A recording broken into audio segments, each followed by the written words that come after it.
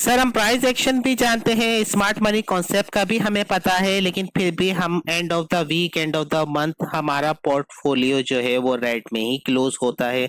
हम हमेशा लॉस में ही होते हैं, जबकि हम टेक्निकल एनालिसिस बहुत अच्छे से कर लेते हैं, सपोर्ट एंड रेजिस्टेंस भी अच्छे से मार्क कर लेते हैं, supply and demand, fair value gap, order block, हमें हर चीज का मालूम है, लेकिन फिर भी एंड ऑफ द वीक हम लॉस में ही रहते हैं।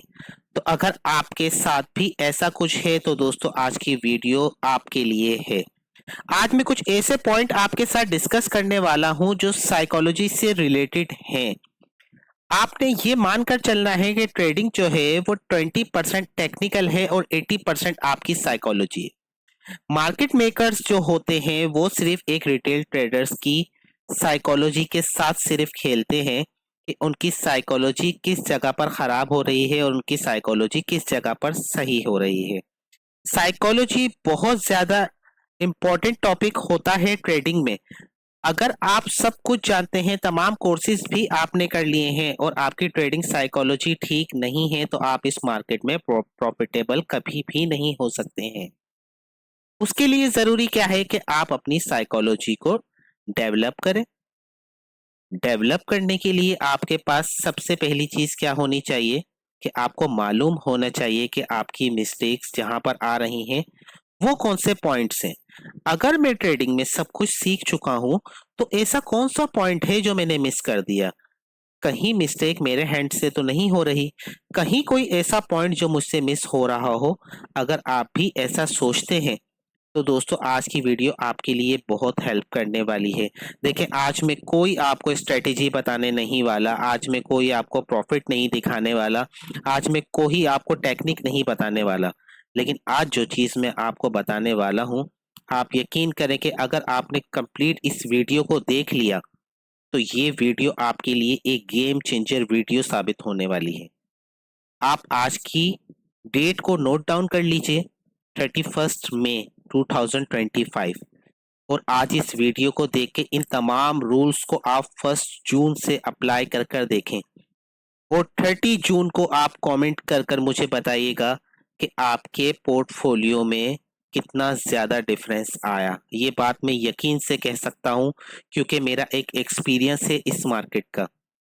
ये तमाम चीजें, तमाम गलतियां जिन पॉइंट पर आज मैं आपके साथ डिस्कस करने वाला हूं, ये सारी गलतियां मैंने की हैं।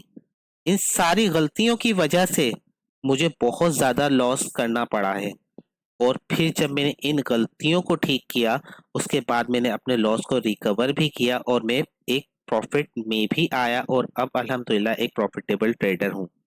लेकिन जब तक मुझे ये मालूम नहीं था कि मैं कहाँ गलती कर रहा हूँ, मैं सिर्फ एक ही बात समझता था कि मैं ये भी सीख लेता हूँ, मैं ये भी सीख लेता हूँ, मैं ये भी स्ट्रेटेजी देख लेता हूँ, मैं ये इंडिकेटर देख लेता हूँ, मैं कोई और कंटेंट देख लेता हूँ, कोई और वीडियो देख लेता हूँ, शायद कोई ऐसा ट्रेडर मुझे मिल जाए जो मुझे बता दे कि मैं क्यों या किस वजह से इस मार्केट में लॉस कर रहा हूँ।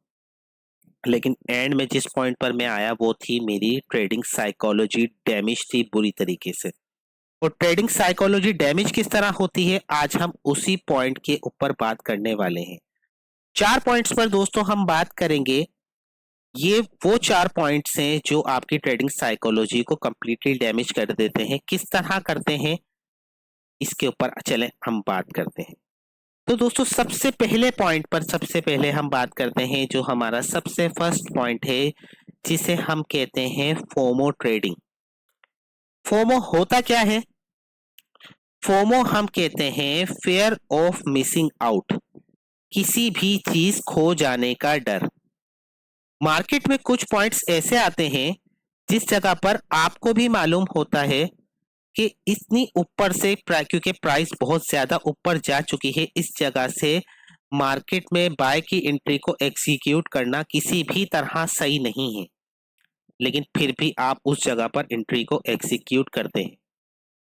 उसके पास आपकी उसके लिए आपके पास लॉजिक होती है कि ब्रेकआउट हो गया है, मार्केट अप ट्रेंड में है, लेकिन कहीं मुझसे ये अपॉर्चुनिटी मिस ना हो जाए, इस वजह से हम उस गलत जगह से ट्रेड को एग्जीक्यूट कर देते हैं।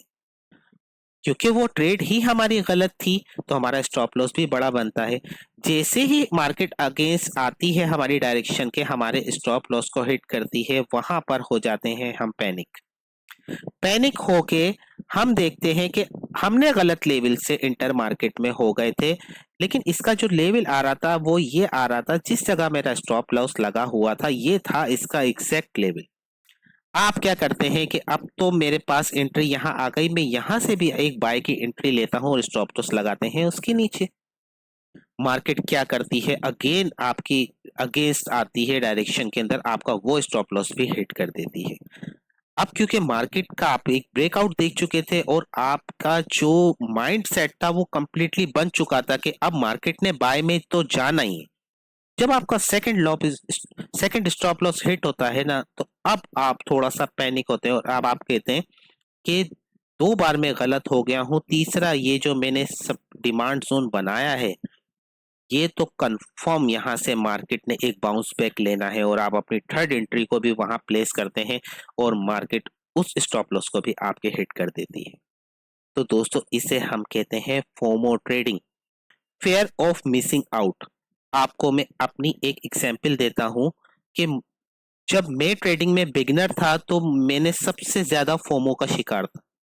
फोमो में कैसे कि जिस वक्त भी मार्केट ओपन होती थी ना, एक ग्रीन कैंडल में अगर देख लेता था बाय ट्रेंड के अंदर, तो आप यकीन जाने कि वो कैंडल क्लोज होने का भी वेट में नहीं करता था। मतलब ऐसा लगता था कि अगर ये ट्रेन मुझसे मिस हो गई तो पता नहीं क्या हो जाएगा, पता नहीं अगर ये अपॉर्चुनिटी मुझसे मिस हो गई तो मार्केट इतनी ऊपर चली जाएगी कि पूरा दिन आज मुझे ट्रेड ही नहीं मिलने वाली, बस ये आखिरी ही ट्रेड है, बस अगर मैं इसको ले लेता हूं तो यही बस मेन पॉइंट है।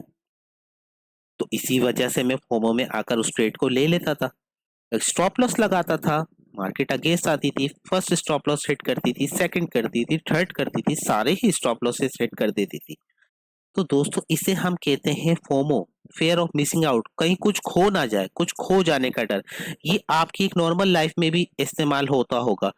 फोमो की वजह से आप बहुत जल्दी डिसीजन लेते हैं और अक्सर वो डिसीजन आपका गलत हो जाता है, जिसकी वजह से आपको फायदा थोड़ा होता है और नुकसान ज्यादा होता है। तो आपने हमेशा फोमो से बचना है, क्योंकि फोमो के आगे चल के डिसएडवांटेज क्या है वो भी हम डिस्कस करेंगे। पहले चार्ट पर आपको समझाता हूं कि फोमो में हम ट्रेड में इंटर किस तरह होते हैं।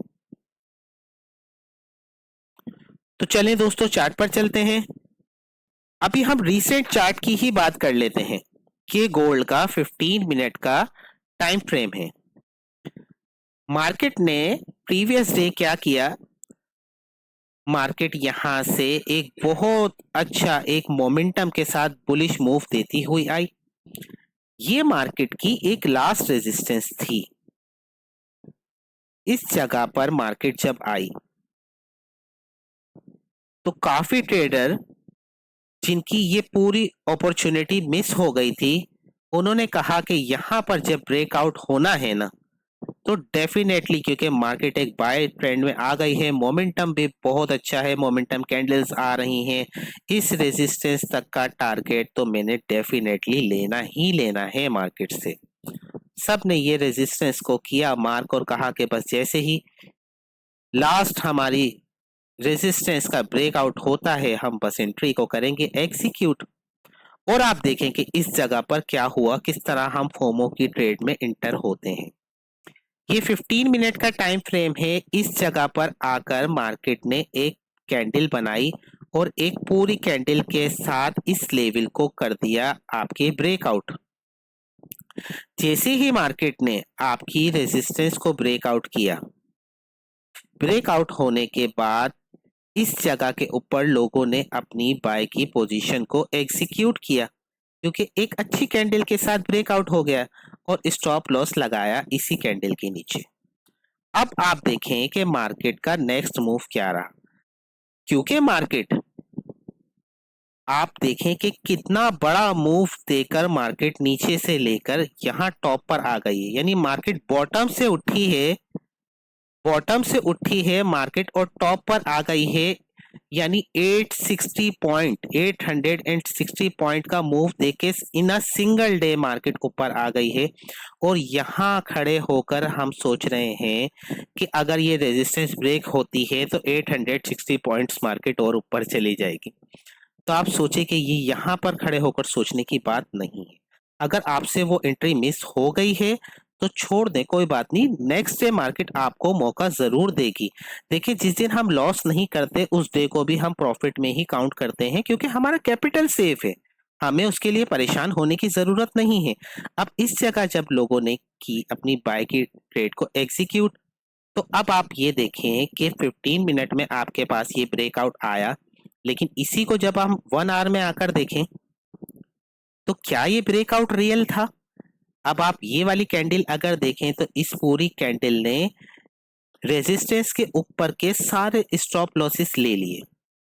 अगेन यहाँ पर जो सेलर बैठा हुआ था, सेलर के स्टॉप लॉसेस भी गए, और जो नया बायर था, जो फोमो ट्रेडिंग के शिकार थे, वो भी 80 to 90% इस जगह पर एंटर हो गए हैं। अब मार्केट के पास नीचे जाने के लिए बहुत ज्यादा लिक्विडिटी है, क्योंकि मार्केट 860 पॉइंट्स ऊपर आई थी।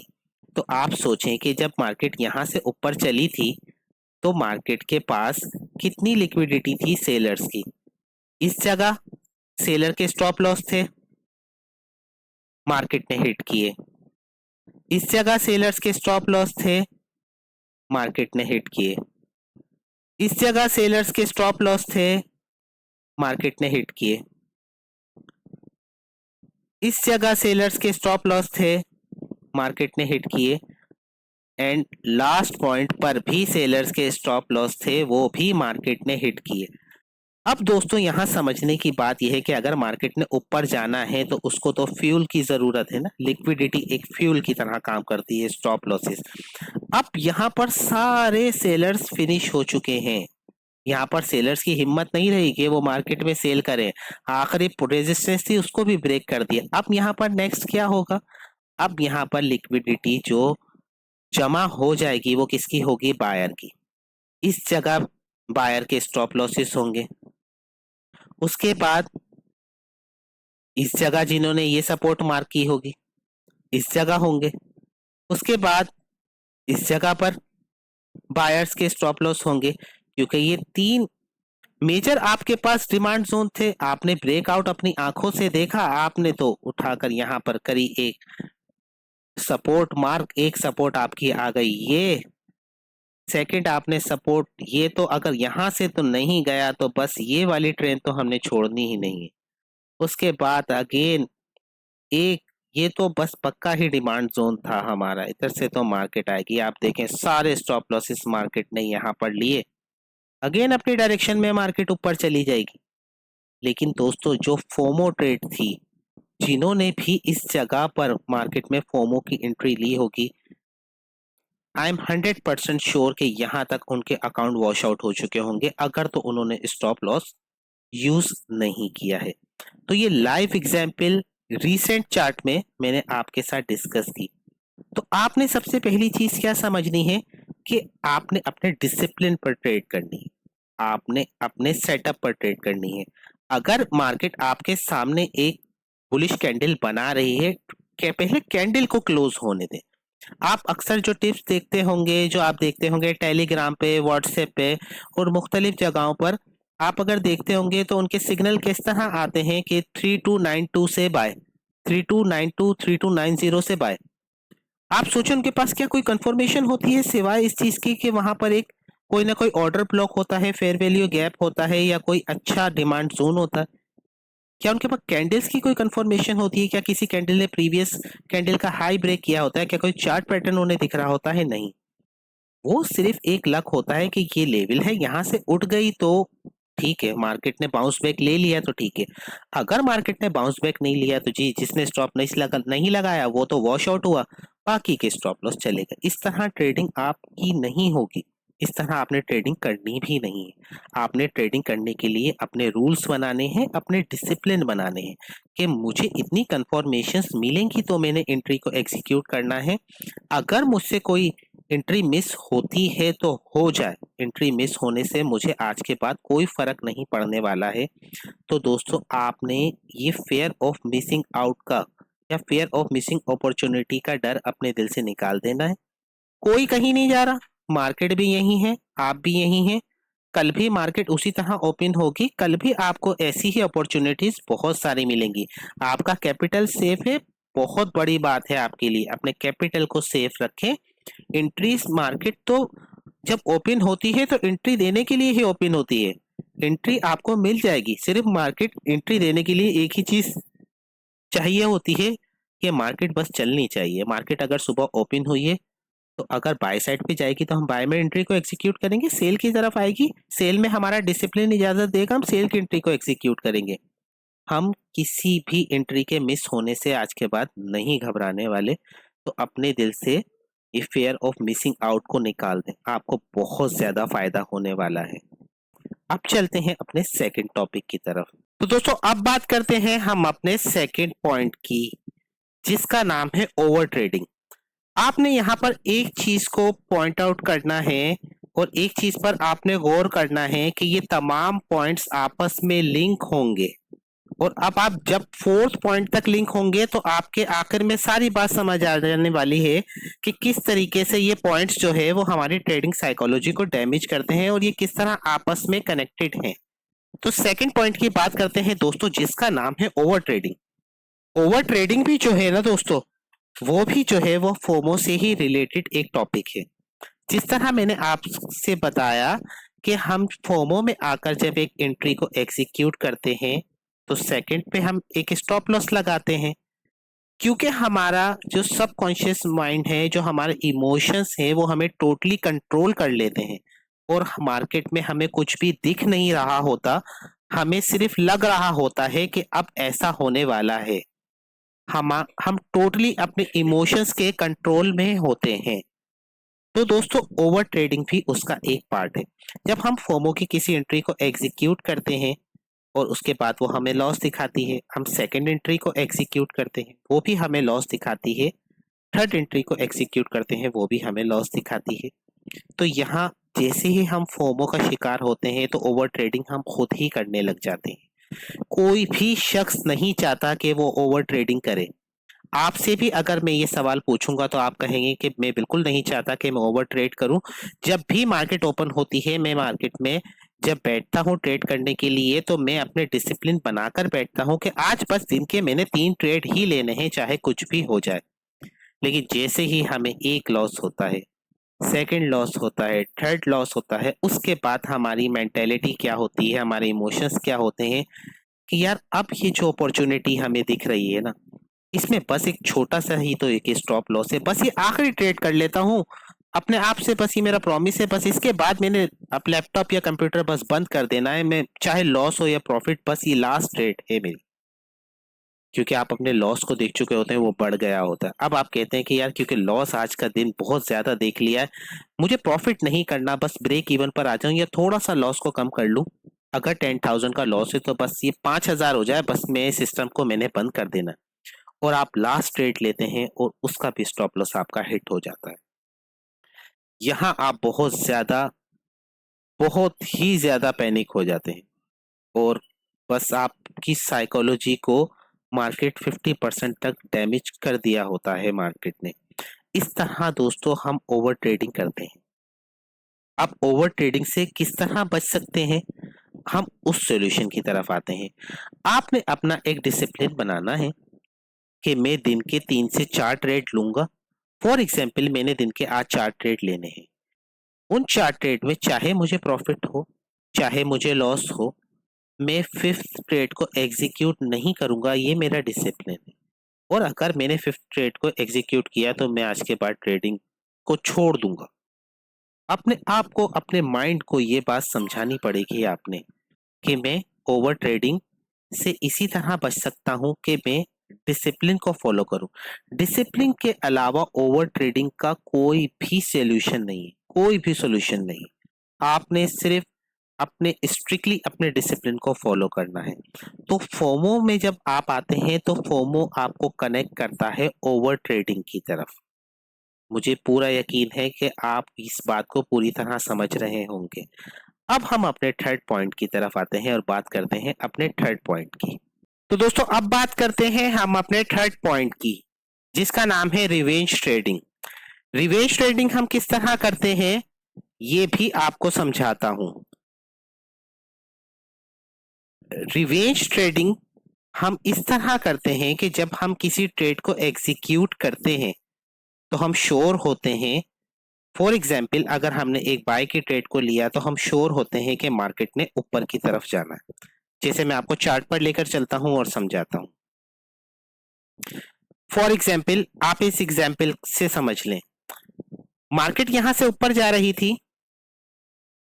हमने देखा कि मार्केट एक अच्छे मोमेंटम के साथ ऊपर जा रही है और यहां आप श्योर थे कि मार्केट मजीद ऊपर चली जाएगी।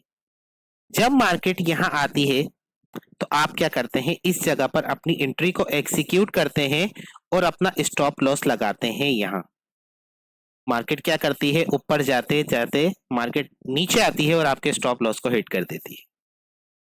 जैसे ही आपके स्टॉप लॉस को हिट करती है आप बाहर हो गए, कोई बात नहीं, आपने सोचा मैं गलत हो गया। आपके इमोशंस कब आपके कंट्रोल से बाहर हो जाते हैं, जब मार्केट आप ही के डायरेक्शन में आपका स्टॉप लॉस हिट करके जाना शुरू करती है। यहाँ आपको लगता है अरे यार मैं तो सही था, मेरी एनालिसिस बिल्कुल परफेक्ट थी, इसने तो सिर्फ मेरा स्टॉप लॉस हिट किया और अगेन ये ऊपर जा रही है। और अब तो यहाँ तो आपने बस, आप सोचते हैं कि ये मुझसे क्या हो गया, क्योंकि जैसे ही ये इसका हाई ब्रेक करती है आप कहते हैं मेरी एनालिसिस परफेक्ट थी, मैं तो गलत था ही नहीं। आप कहते हैं एक ट्रेड और करता हूं, अब इसको नहीं छोड़ूंगा, जो इसने स्टॉप लॉस मेरा लिया है ना, इससे मैंने डबल रिवॉर्ड लेना है। आप अगेन यहाँ पर इंटर हो जाते हैं। इंटर होने के बाद आप अपना स्टॉप लॉस रखते हैं इस जगह पर। मार्केट ऊपर जाते जाते अगेंस्ट आती है और आपका स्टॉप लॉस फिर हिट कर देती है। आप कहते हैं मेरी एनालिसिस तो ठीक थी, इसने सेकंड टाइम मेरा स्टॉप लॉस हिट क्यों कर दिया। आप बहुत ज्यादा इमोशनल हो जाते हैं और आप, पैनिक तो वैसे ही आपके साथ चल रहा होता है। अब आप क्या करते हैं, जब मार्केट अगेन ऊपर जाना शुरू करती है तो अब आपका माइंड आपको ये सिग्नल देता है कि इसने जो है सिर्फ स्टॉप लॉस हंटिंग करनी है, जाना इसने ऊपर ही है। ये दो स्टॉप लॉसेस हिट होने के बाद ना आपका माइंड आपको ये सिग्नल दे देता है कि इसने ऊपर ही जाना, ये सिर्फ आपके स्टॉप लॉस हिट करती है। उसके बाद ये अगेन जब यहाँ से ऊपर जाती है, ऊपर जाने के बाद जैसे ही पहला एक और ये ब्रेकआउट करती है, यहाँ पर आप कहते हैं कि स्टॉप लॉस तो यार अब लगाना ही नहीं है, इसने जाना ही ऊपर है और अब की बार मैंने इसको नहीं छोड़ना। जो दो स्टॉप लॉसेस इसने मुझसे लिए हैं ना, आज इससे 4 गुना पैसे अगर मैंने मार्केट से नहीं लिए तो बस मैंने तो बस ट्रेडिंग में फिर क्या किया। और आप यहाँ पर अपनी एंट्री में एग्जीक्यूट करते हैं और स्टॉप लॉस आपका कोई नहीं होता। बस यही मार्केट आपसे चाहती है। मार्केट अगेन जो गिरती है ना, बस उसके बाद फिर मार्केट उठती नहीं है, फिर आपका अकाउंट वॉश आउट ही होता है। उसके बाद मार्केट सीधा क्रैश होती है और आप सोचते हैं कि मेरी तो किस्मत ही खराब है, मैं जब भी एंट्री लेता हूँ मार्केट मेरे साथ ऐसा ही करती है। अगर मैं स्टॉप लॉस लगाता हूँ तो मेरा स्टॉप लॉस हिट कर कर ऊपर चली जाती है, स्टॉप लॉस नहीं लगाता हूँ तो मेरा अकाउंट वॉश कर देती है। और आप बहुत ज्यादा डिसहार्ट हो जाते हैं, बल्कि आप एक तरह डिस्ट्रॉय हो जाते हैं। आप कहते हैं कि बस मेरी किस्मत के अंदर शायद पैसा कमाना लिखा हुआ नहीं है। तो दोस्तों ऐसा कुछ भी नहीं है, ये सिर्फ आपको लगता है। रियल लाइफ में ऐसा कुछ नहीं हो रहा आपके साथ जो सबके साथ नहीं हो रहा। सबकी स्टोरी सेम ही है। जो लोग भी इन 4 पॉइंट्स का शिकार होते हैं, जो लोग भी साइकोलॉजी को नहीं समझते, जो लोग भी डिसिप्लिन के अगेंस्ट चलते हैं, उन सबके साथ सेम सिचुएशन होती है जो आपके साथ होती है। सिर्फ आपके लिए मार्केट नहीं चल रही होती, सिर्फ आपको ऐसा लग रहा होता है कि मैं जहां से एंट्री लेता हूँ वहां से स्टॉप लॉस हिट होता है। तो दोस्तों इस तरह रिवेंज ट्रेडिंग में भी आप आ जाते हैं। ओवर ट्रेडिंग करते करते रिवेंज ट्रेडिंग में आप कब आ जाते हैं आपको मालूम भी नहीं होता। और रिवेंज ट्रेडिंग बहुत ज्यादा खतरनाक है। इसका भी सॉल्यूशन जो है वो भी सेम डिसिप्लिन ही है। जिस तरह आपने ओवर ट्रेडिंग का एक सोल्यूशन बनाया कि मैं दिन की 3 ट्रेड ही लूंगा, इस तरह रिवेंज ट्रेडिंग के अंदर तो आपने और ज्यादा अपने आप को पैक कर लेना है और स्ट्रिक हो जाना है कि आप तो एक बिजनेस कर रहे हैं ना, अगर आप कोई भी बिजनेस लेकर बैठते हैं और आपका कस्टमर आकर आपसे कहता है कि जी मैंने ये चीज नहीं लेनी, आप क्या करेंगे? उसको मारेंगे कि नहीं तू ये चीज क्यों नहीं ले रहा मुझसे, मैं तुझसे रिवेंज लूंगा, मैं तुझसे इंतकाम लूंगा? ऐसा तो नहीं होता ना। तो इस तरह ट्रेडिंग भी एक बिजनेस ही है। तो इस बिजनेस में अगर मार्केट आपको रिवॉर्ड नहीं दे रही, आपने चुप करके एग्जिट हो जाना है। नेक्स्ट डे देखेंगे मार्केट क्या करेगी। तो नेक्स्ट डे मार्केट आप देखेंगे आपका लॉस भी आपको कवर करके देगी, प्रॉफिट भी देगी। ये मार्केट बहुत ज्यादा रिवॉर्डेड है। लेकिन मार्केट आपसे सिर्फ एक ही चीज मांगती है, वो है डिसिप्लिन। मार्केट कहती है आपने मुझसे फाइट नहीं करनी। Market is always supreme. Market को आपने ऊपर रखना है, मार्केट से फाइट नहीं करनी। मार्केट आपको स्टॉप लॉस हिट करके निकाल देती है, निकल जाए। मार्केट आपको रिवॉर्ड देती है, तब भी निकल जाए। और बस अपना लैपटॉप सिस्टम बंद करें और अपनी लाइफ को एंजॉय करें। तो ये तीसरी चीज रिवेंज ट्रेडिंग हो गई। इससे बचने के लिए आपने डिसिप्लिन पे स्ट्रिक्ट रहना है कि मेरा स्टॉप लॉस हिट होगा तो भी मैंने जरा भी डिसअपॉइंट नहीं होना है। मैंने मार्केट से रिवेंज नहीं लेना, मैं मार्केट को नेक्स्ट डे देखूंगा। अब इन तीनों पॉइंट्स आपके साथ सेम डे में हो गए। आपने फोमो में एंट्री ली, फोमो की एंट्री ने आपसे ओवर ट्रेड करवाई, ओवर ट्रेड के बाद आपने रिवेंज ट्रेडिंग भी की। अब ये सेम सारे चीजें आपके साथ सेम डे में हो गई। अब इसका इफेक्ट आप देखिएगा कितना बड़ा आएगा। फॉर एग्जाम्पल आपका हाफ अकाउंट आज के डे में ड्रॉ डाउन हो गया। ड्रॉ डाउन का मतलब है कि आपका आधा अकाउंट अभी तक जा चुका है, अब वो आधा अकाउंट बचा है नेक्स्ट डे के लिए। अब आप ये देखें कि कितना गलत इंपैक्ट डालेंगे नेक्स्ट डे आप पर। तो चलते हैं अपने फोर्थ पॉइंट की तरफ, जो सबसे ज्यादा इंपॉर्टेंट है, फेयर ऑफ समथिंग हैपनिंग। जब ये तीन चीजें आपके साथ एक दिन में हो जाती हैं ना, अब आप उस दिन अपनी एनालिसिस लेकर बैठे, बहुत अच्छी चार्ट पर आपने एनालिसिस लगाई और प्रीवियस डे से डबल मेहनत कर कर आपने हर अपना पूरा चार्ट रेडी कर दिया, ट्रेंड लाइन भी लगाई, ऑर्डर ब्लॉक भी, फेयर वैल्यू गैप भी, डिमांड सप्लाई, सारे इंडिकेटर्स जो जो कुछ आपको आता था, सारी स्ट्रेटेजीज लगाकर आप अपने चार्ट पर बैठ गए। अब फॉर एग्जाम्पल अगर यहाँ पर एक ट्रेंड लाइन बन रही थी कि मार्केट ने यहाँ से ऊपर जाना था। अब आपका जब ये सेटअप है, या फॉर एग्जाम्पल आपका ये सेटअप था कि अगर तो मार्केट इस ट्रेंड लाइन को ब्रेक करती है मेरी, तो मैंने जो है वो अपनी एंट्री को एग्जीक्यूट करना है। अब जैसे ही मैं मार्केट इसके ऊपर जाएगी ना, तो लास्ट डे जो आप लोगों के साथ तीन चीजें हो गई है ना, आप उस वजह से इस जगह डर कर ये एंट्री को नहीं लेंगे। इस जगह डर कर आप अपनी एंट्री को नहीं लेंगे और मार्केट आपके सामने से कैंडल्स बनाती हुई जाती रहेगी।